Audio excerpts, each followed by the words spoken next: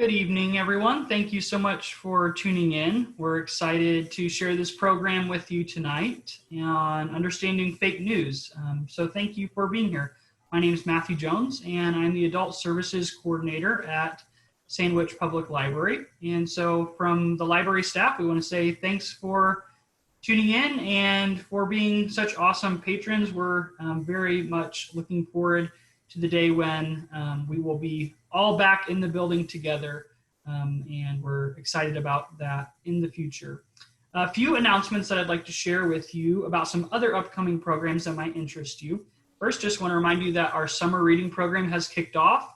You can find all of that information on our website, sandwichpld.org, and there you will find links to log into Reader Zone, the app that will allow you to track your reading and to work towards earning some prizes.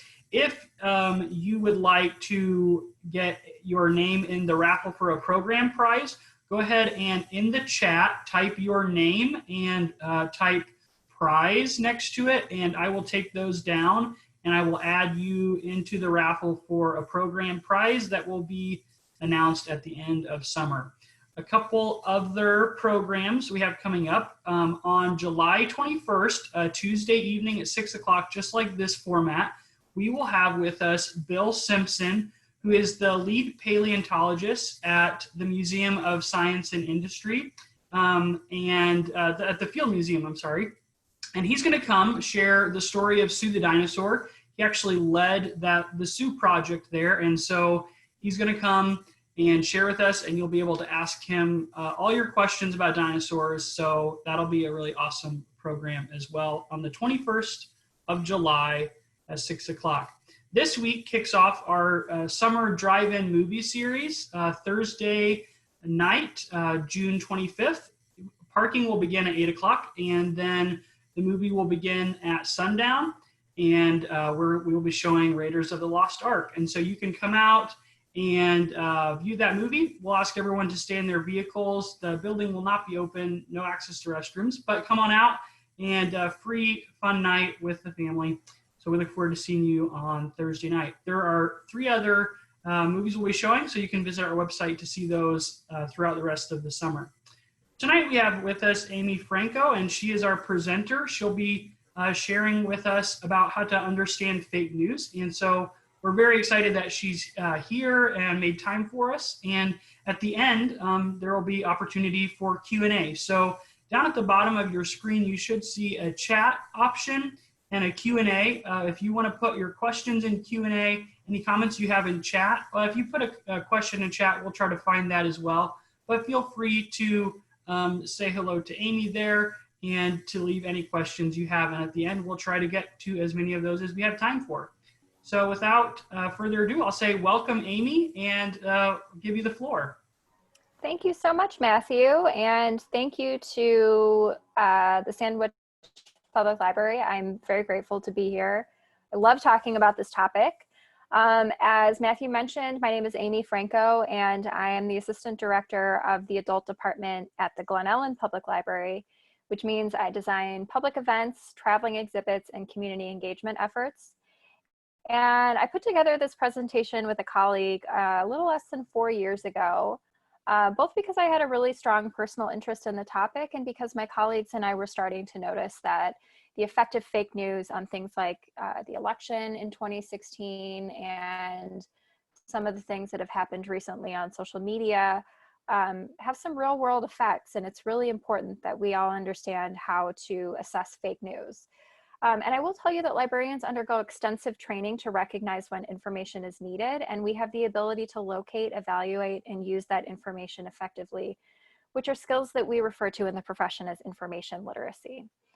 So in the interest of time, I'm not going to take questions until the end, but please write your question into the chat or into the Q&A. I've got a lot to cover. We don't have a ton of time, so you may find that something, and we're not always going to go in a linear order for this presentation, so you may find that a question that you have early on is answered later on in the presentation. I will also tell you that this program is intended to be an unbiased information session so that you can learn a little bit more about the topic and walk away equipped with the information you'll need to analyze your news sources.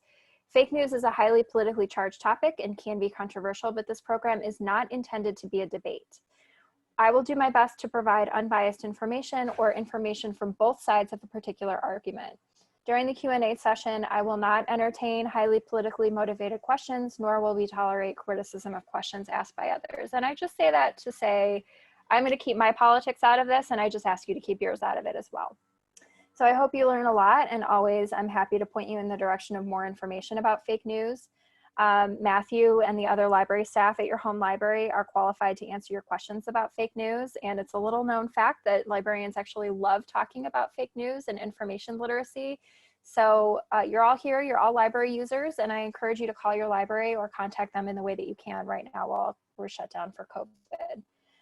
So we're going to begin talking about some of the terms surrounding fake news. We'll look at some of the tools and resources helpful for identifying fake news, and we'll end with a discussion of the context and practical application of fake news. And if you haven't yet, we've been cycling through this kind of quiz with which one you think is fake and which one you think is real. So if you haven't taken it yet, please go ahead and do that because we'll talk about it later in the presentation. Let me just stop this one. And I'm going to switch over to my presentation.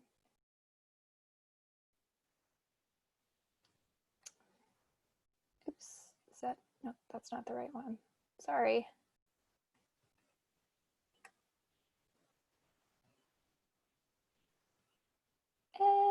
I'm sorry, guys. I should have done this before. We are going to go to this. Open it up.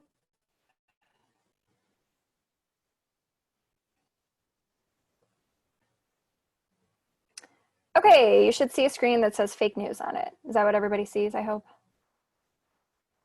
Take that as a yes. Okay, so we're going to talk about some of the terms with fake news.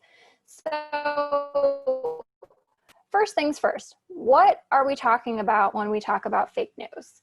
Fake news is news stories that are heavily biased or outright fabricated with the intention to deceive. And that intention to deceive is really important because you'll find when you read a newspaper, when you are looking on social media of news sources, things like that, there are a lot of times retractions and updates to news stories. So there's not an intention to deceive there. So we've got a few examples.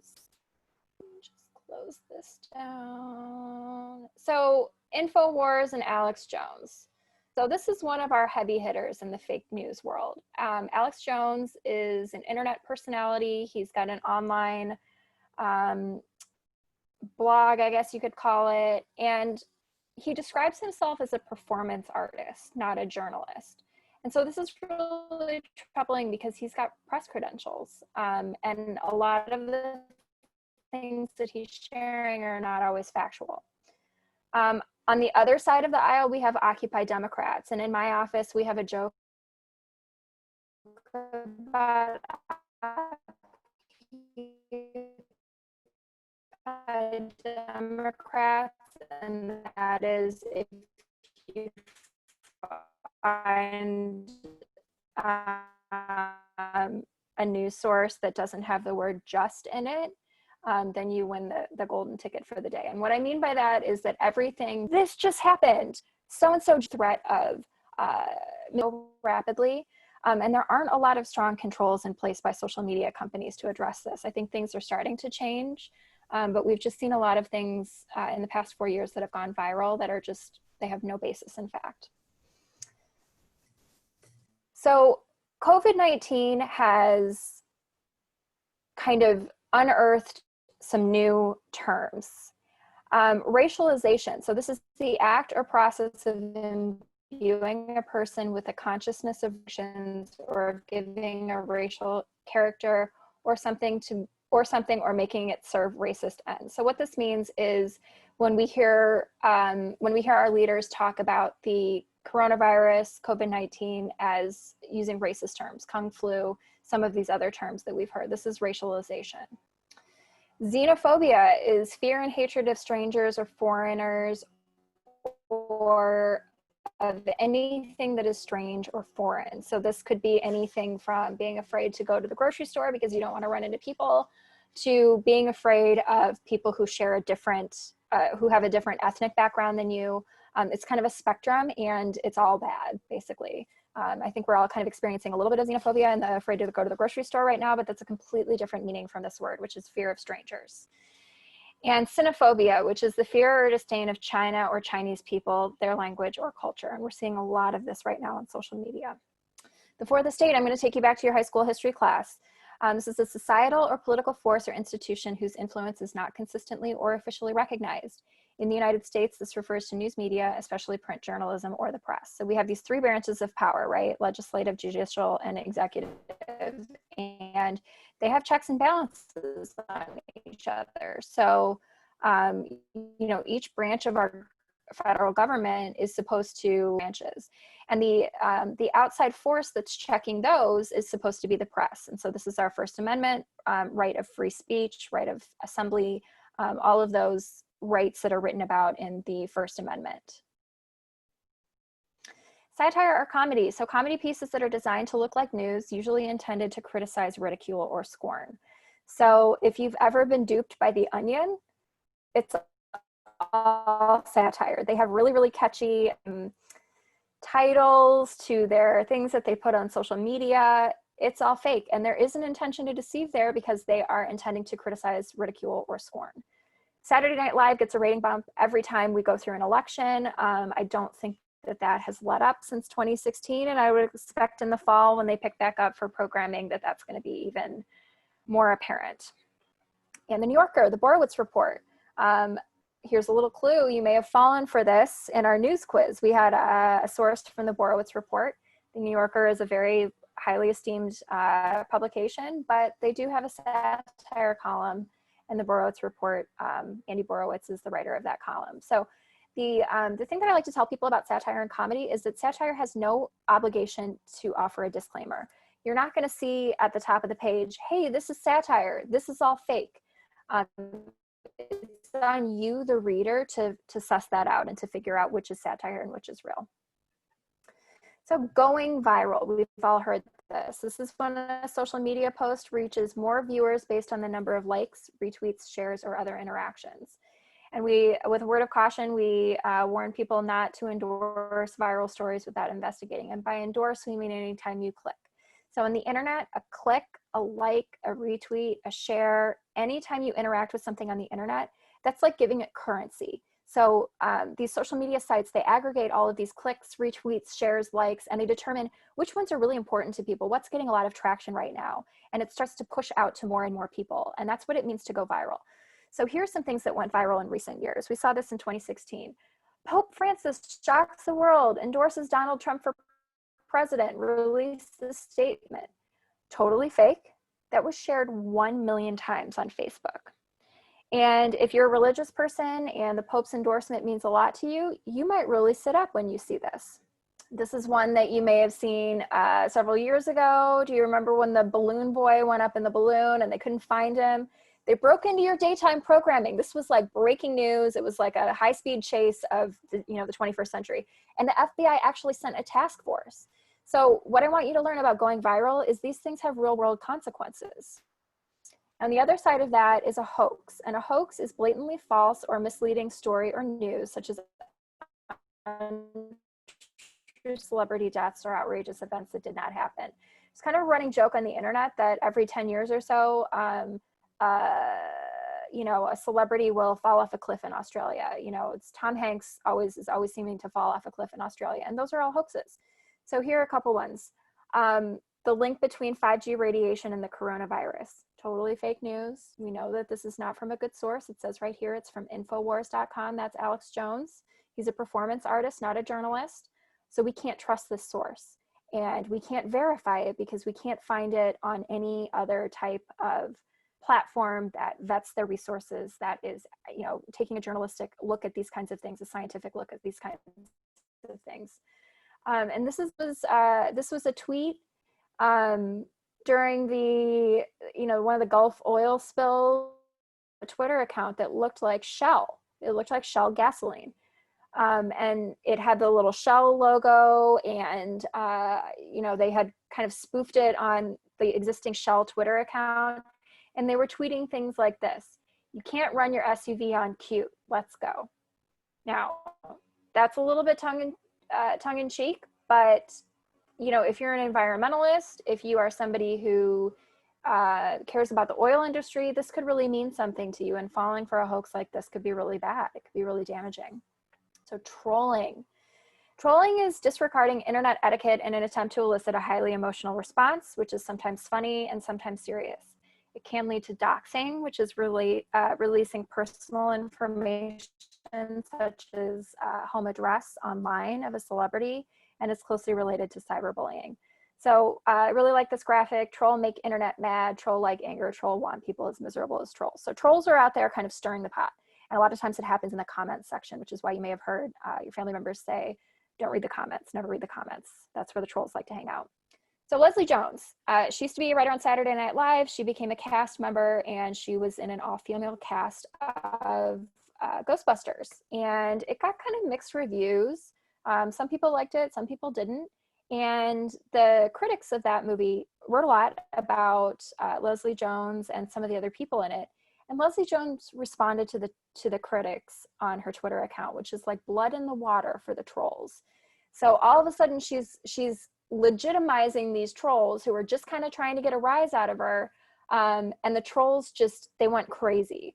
They released her home address. They stood outside her house. They said some of the most horrible, vile things that you could possibly say about a person. I can't show them here because Matthew would shut down this Zoom and ask me not to come back and speak at your library. They were saying horrible, horrible things about her simply because she responded to internet criticism of her movie. Now, this is one, several years ago, there were a lot of congressional and senatorial town halls. And Marco Rubio was not hosting a town hall, even though his constituents in Florida were asking him to. So the thing got made to look like a lost poster. Like if you lost something important to you, maybe a dog, maybe personal property, pull it off and call the person. And so this was supposed to be like, hey, if you've seen our senator, take this number and call his office. And so this is another word out about wanting him to hold a town hall. Is a room with sound reflecting walls used for producing hollow or echoing sound effects. On the internet, this refers to surrounding yourself with like-minded people and rejecting differing opinions. So this is a really oversimplified version of an echo chamber, but what this really refers if you're on Facebook and you're only seeing out of those interactions, you're not trying to have it. So you're surrounding yourself with like-minded people, and you are bolstering your echo chamber. Clickbait. Clickbait is content whose main purpose is to attract clicks, shares, likes, retweets. All that stuff is internet currency. Internet sites, they get paid based on how many people click on their links. So these are some things that you may have seen. You'll never believe it. You got to see this. You might read one that's like 17 reasons your cat is trying to kill you. Number 6. And they're not sharing what number 6 is in that list. That's clickbait because they want you to click on it so that they can get the ad revenue. Social justice warrior, fascist, Antifa, these mean very, very different things to different people. And we're not going to go too deep into this, but collectively, these are pejorative terms typically used to refer to fringe political ideologies in the United States.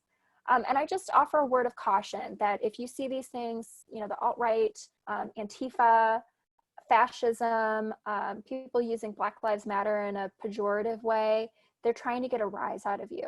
They're trying to invoke an emotional response. And if you become emotional at seeing that, you're letting the trolls win in a lot of cases. So these are some tools that can help.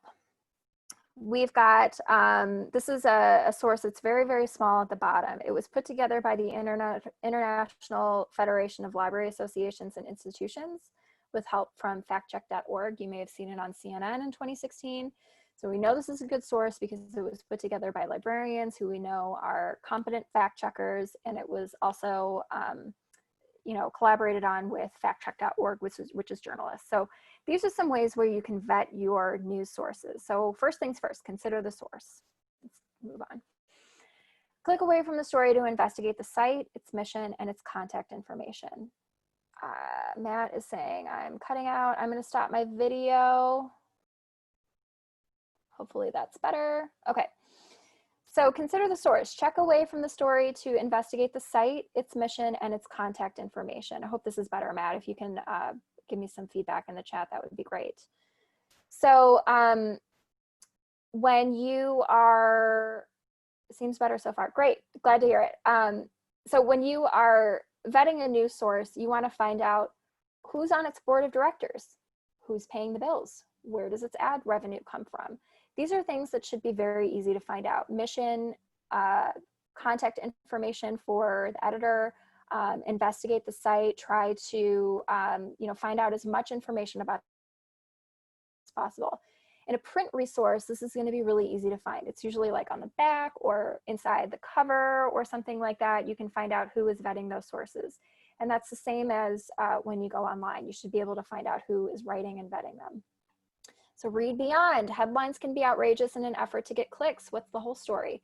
So we have a major problem in this country with people not reading until the end of an article. So journalists are starting to write their articles in a different way so that all of the important information is within the first few paragraphs, because that's what people tend to read.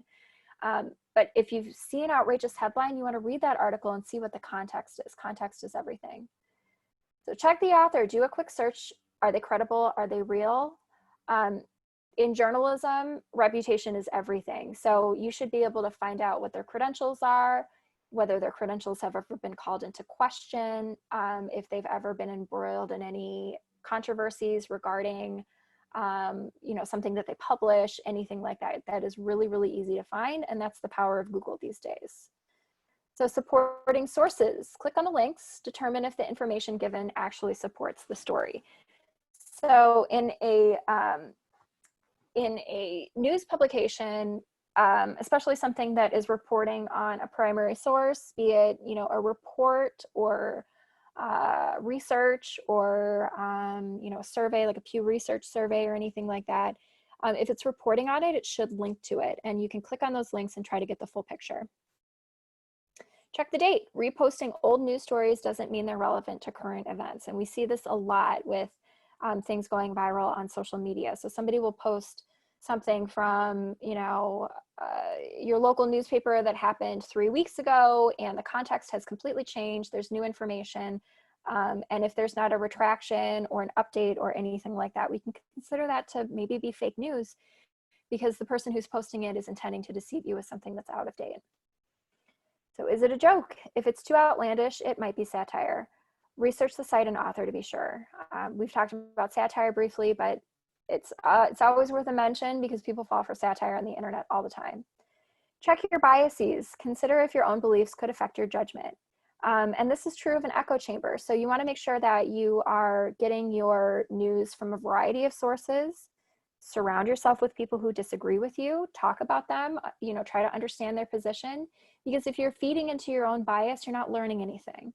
You're not questioning your sources. You're not trying to learn what the full picture is. And I have found that, especially with breaking news, when you read, the same piece of information from a variety of different sources, you might get, 10% of the information here and 30% of the information here. And when you read from, 5, 6, 10 sources, you get the full picture of what might have actually happened. And of course, you can ask the experts, ask a librarian, or consult a fact-checking site. So this is a news bias chart. This was put together by Vanessa Otero in 2016, shortly after the election. I found this on Twitter. Vanessa is an attorney in Colorado. So we take this with a grain of salt because she has a very strong personal interest. She's doing a lot of research in fake news, but she's just one person. She's not backed by a think tank or a news publication or a library or anywhere else that has a more robust reputation. And so this is fairly easy to read, but I'm going to go through all of it with you. So on the y-axis, that's the vertical axis, we've got journalistic quality, ranging from complex and analytical at the top all the way to sensational or clickbait at the bottom. And on the x-axis, that's the horizontal axis, we've got a political spectrum, and that should be very clear to you. So in the middle, at the top, we've got, let's start here. This gray circle kind of in the middle of the chart, both horizontally and vertically. These are primarily your daily news sources. So NPR, BBC, PBS, your channels. I don't know if you guys are on the same channels as I am in the city, but we've got channel 2, 3, 5, 7, 9, 11. So those are kind of like your ABC, NBC, CBS, your local Fox channel. Your news syndicates, so Associated Press and Reuters. I would add into this your local newspaper in Sandwich and in DeKalb County. Now it's true that, local newspapers, news sources often have a bias, and that comes from the editorial board. But those are still fairly good sources of news. These are, again, your daily news sources.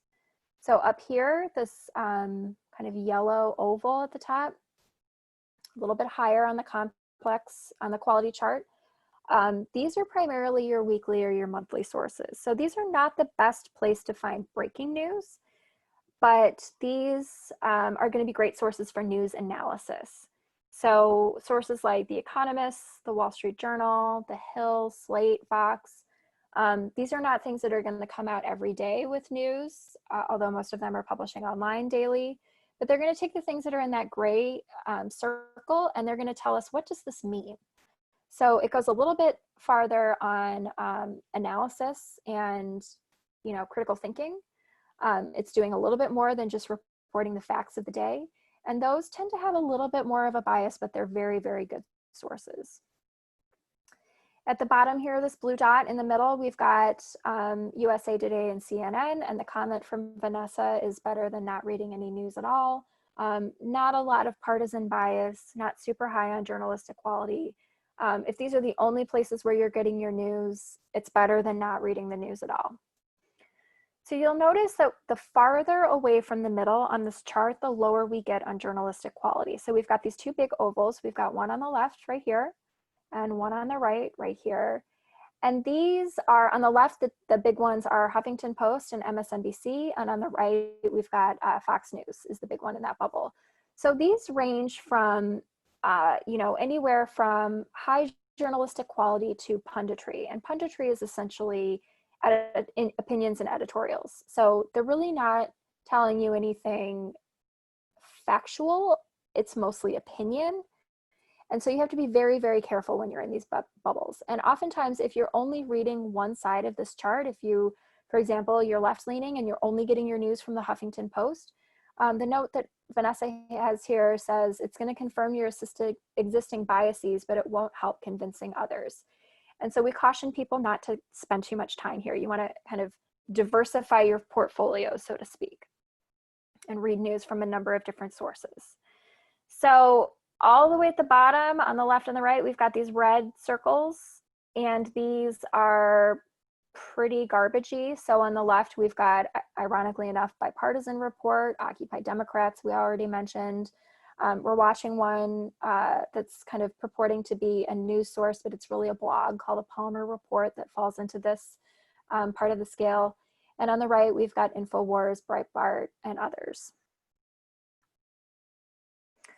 So here are some fact-checking websites. So we've got three big ones here. PolitiFact, which was the winner of the Pulitzer Prize. They have a new affiliation, but they used to be affiliated with the Tampa Bay Times. They won the Pulitzer Prize for their coverage of the 2008 election of Barack Obama.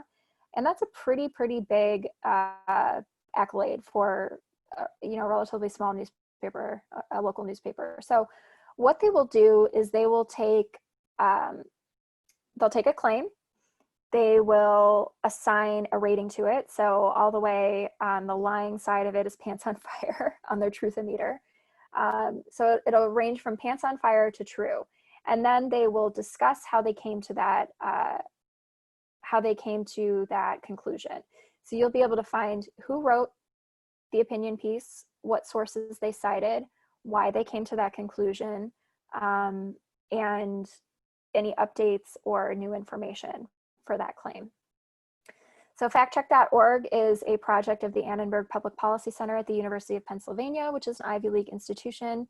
It is primarily professors of public policy and graduate students, so it's a little bit more highbrow than PolitiFact. It's a think tank. Same kind of thing though. They will make a claim, and you can see it right here. They've got a claim, they've got an answer, the full question, and the full answer. You can see who wrote it, you can see what the date is. They all kind of use this format. And the last one is Snopes, Snopes.com. So Snopes got its start debunking rumors and urban legends. And so it's evolved into a fake news and fact-checking website.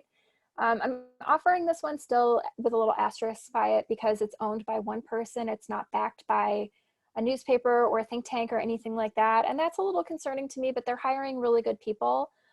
The other thing that we're watching right now is their funding is in jeopardy. The owner of Snopes.com is going through kind of a nasty divorce, and it kind of remains to be seen where the funding is going to come from after the divorce is finalized.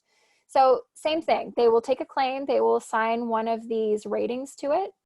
They will explain how they got there, the sources that they used, who it is that wrote that opinion piece, what their credentials are, and the date that it was most recently updated. So in the COVID world, we are fact checking from a couple of different resources. So we need to rely on the science. And the World Health Organization is kind of the leader in public health, even in the United States. So they have a webpage that tells the truth about myths currently circulating about the COVID-19 virus. And you can go here and get real answers for what's true and what's false. We also have a couple of other resources. We've got the Centers for Disease Control and Prevention, AKA the CDC, and the Illinois Department of Public Health. You probably have a local department in public health. In Glen Ellyn, DuPage County, we've got the DuPage County Department of Public Health, and they're putting out new information every day. We've also got the Illinois Department of Commerce and Economic Opportunity, which is also called DCEO. I'm happy to send you links to any of this. Just send me an email. My email address is on the last slide. But this is really important because there's a lot of information circulating about this virus, and not all of it is true. And so rather than going to Facebook, rather than going to maybe cable news, you want to make sure that you're getting your information about the virus from your doctor, from a public health organization, or from somebody else who understands the research and the science behind this. If you send me an email and I respond to it, Matthew, you've seen this. I've got all of this information in my email signature. I think it's that important that we need to be talking about where to get reliable information about COVID. And I share some links, and I would be happy to share that with you as well.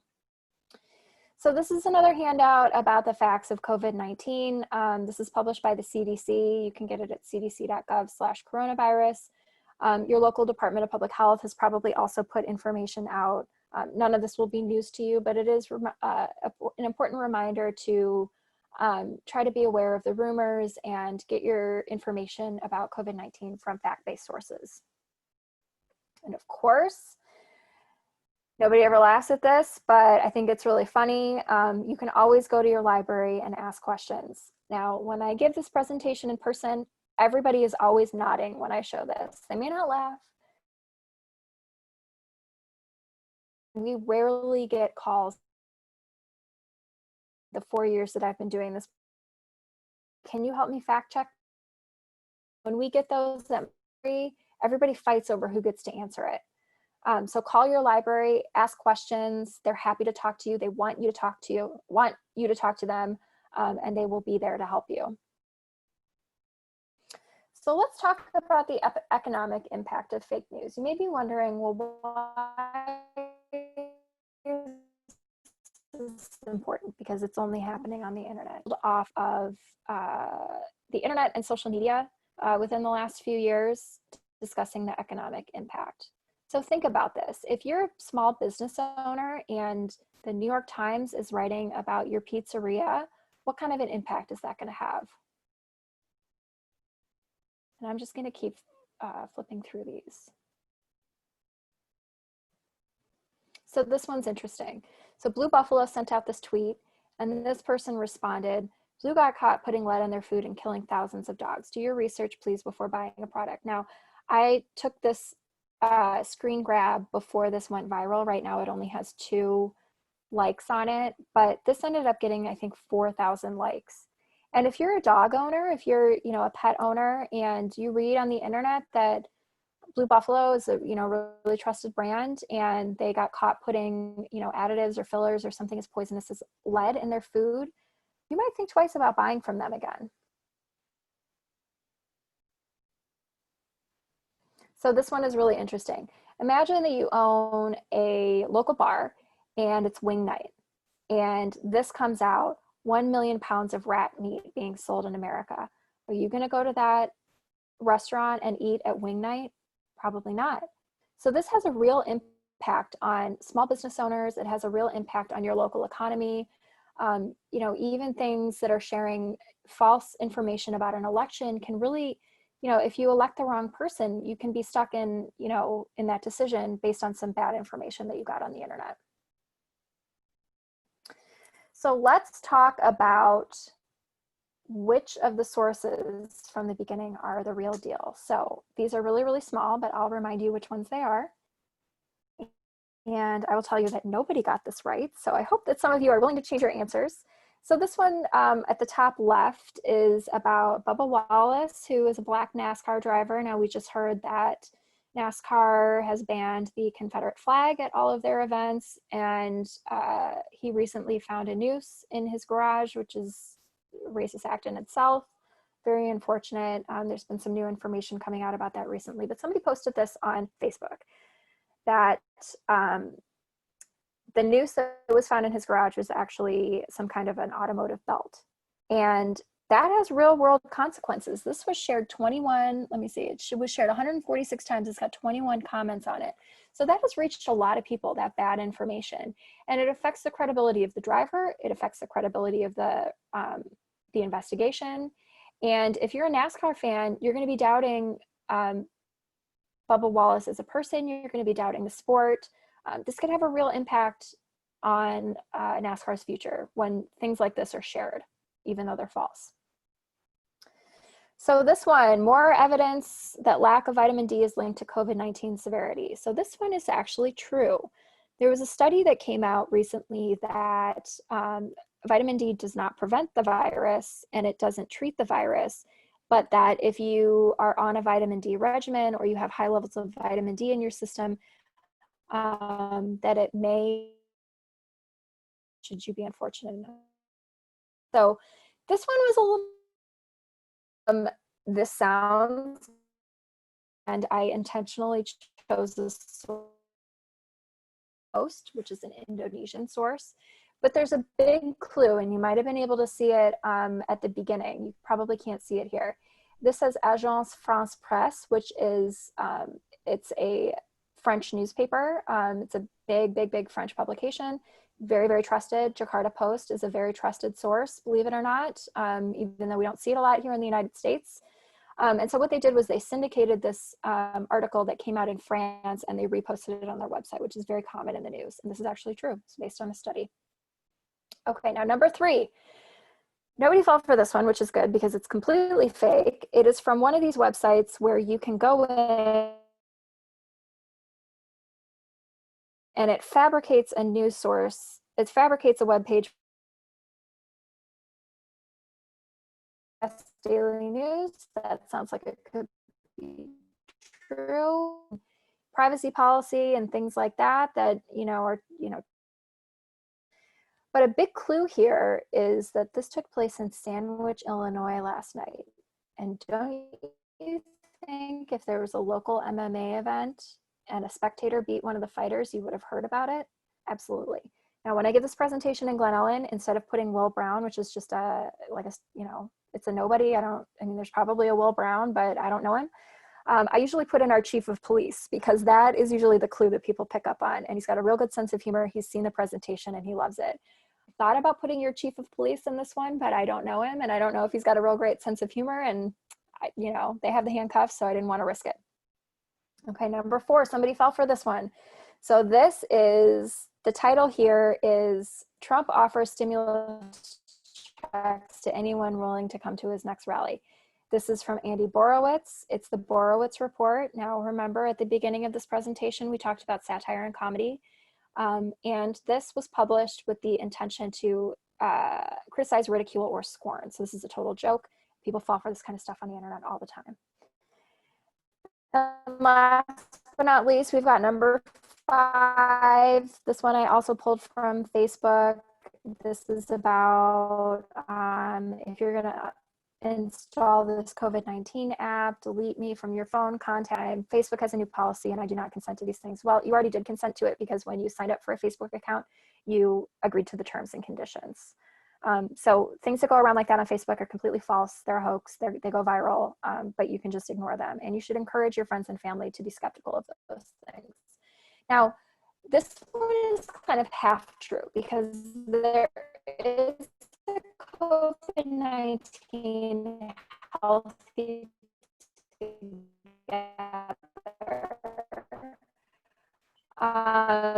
There are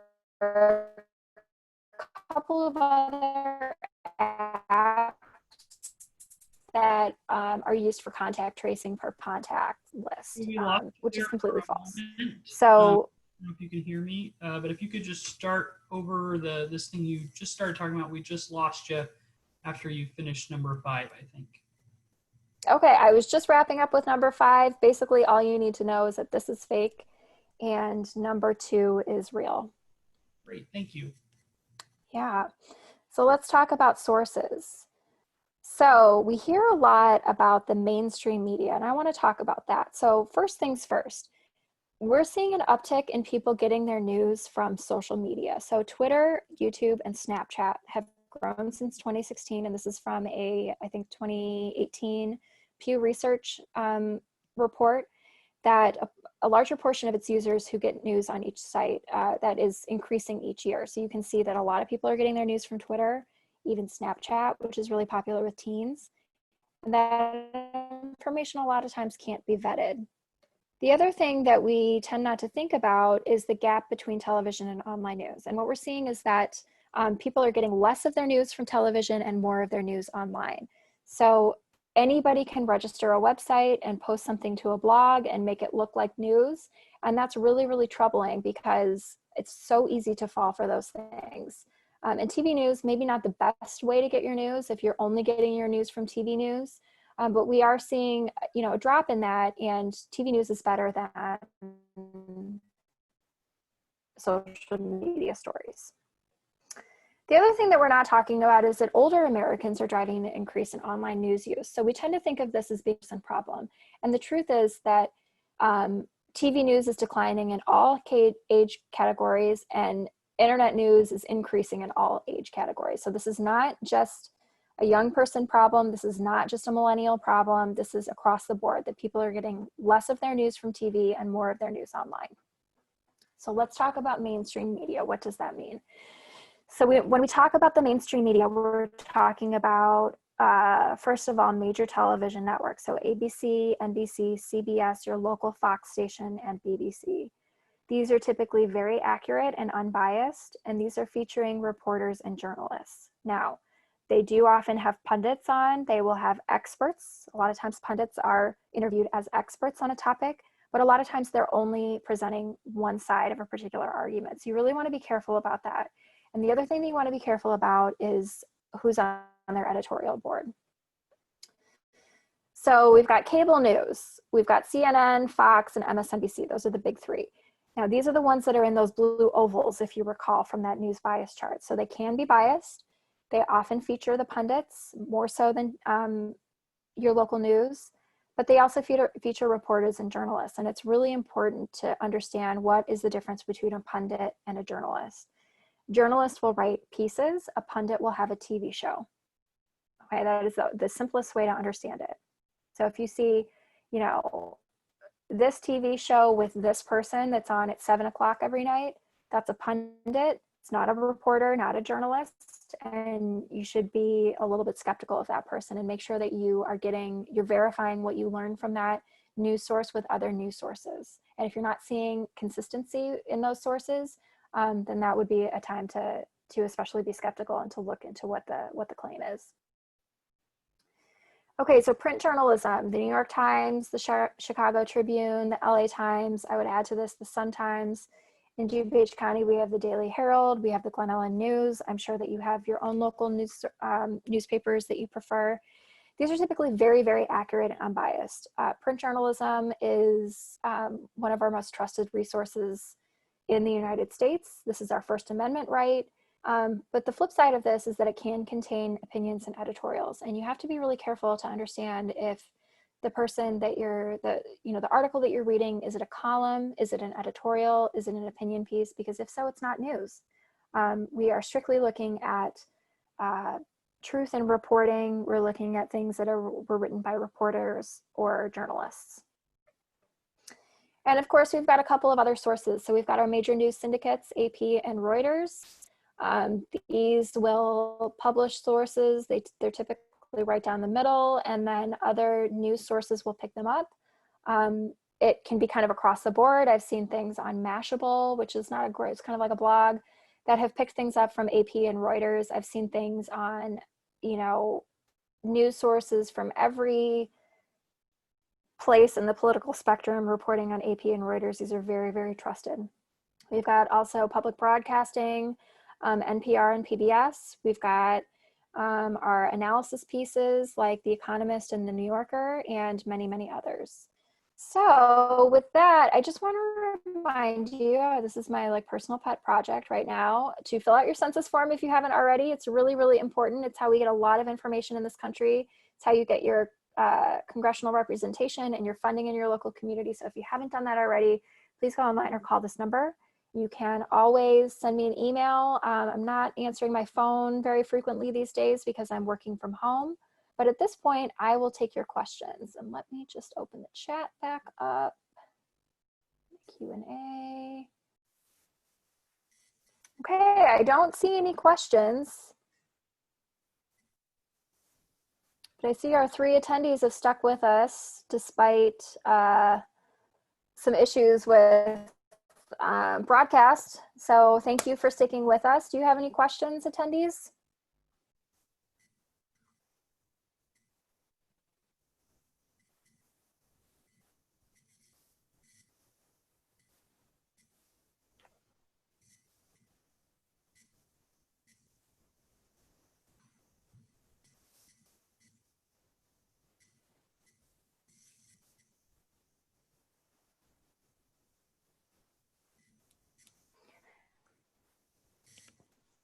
Matthew, how's your library doing on the fake news front? Do you get a lot of questions? Not a lot of calls, but yeah, you're right in that when we get calls for information help, those are the ones that we love and we look forward to. So yeah, please do contact us here at the library if you have questions. We would love to do our best to help you discern the difference between fact and fiction. Yeah, I think just one other thing that I would say, you noted that people aren't reading articles all the way to the end, and so that's why libraries are great, because we not only have some of these periodicals such as these newspapers and other magazines that are more trusted, but also we have books which are long and go in depth, which can also be biased, and so you have to be careful of that. But if you're interested in learning about a specific thing in the news, chances are we could help you find a book about it. And so feel free to contact us, and we would be glad to do that. I do see someone has put in no question, but it was very informative, and they say thank you. And I would agree with that. Amy, thank you so much for all the wisdom that you shared with us. Some great tips here. And thanks also for sharing your email address and phone number. And so if anyone does come up with a question, feel free to contact us here at the library, and we can get you in touch with Amy if you didn't get a chance to write that down. Yeah, the last thing that I will say is usually when I give this presentation in person, I do share, I've got a very long handout with all the terms that you saw at the beginning of the talk, and a couple of articles that I think are really, really interesting that describe fake news. Obviously in an online format, this doesn't really work, but if you would like to see that handout, just send me an email and I'd be happy to share it with you. Thank you so much, Amy. And if you want to send those to me, I can make sure they're available on our website or social media as well. So that'd be wonderful. Absolutely. I will send that to you tonight. Okay. Well, thank you so much, everyone, for tuning in. Thank you for this very helpful information, Amy, and we appreciate your time. Thanks, everyone. Thanks for coming. Have a good night. You too. Bye-bye.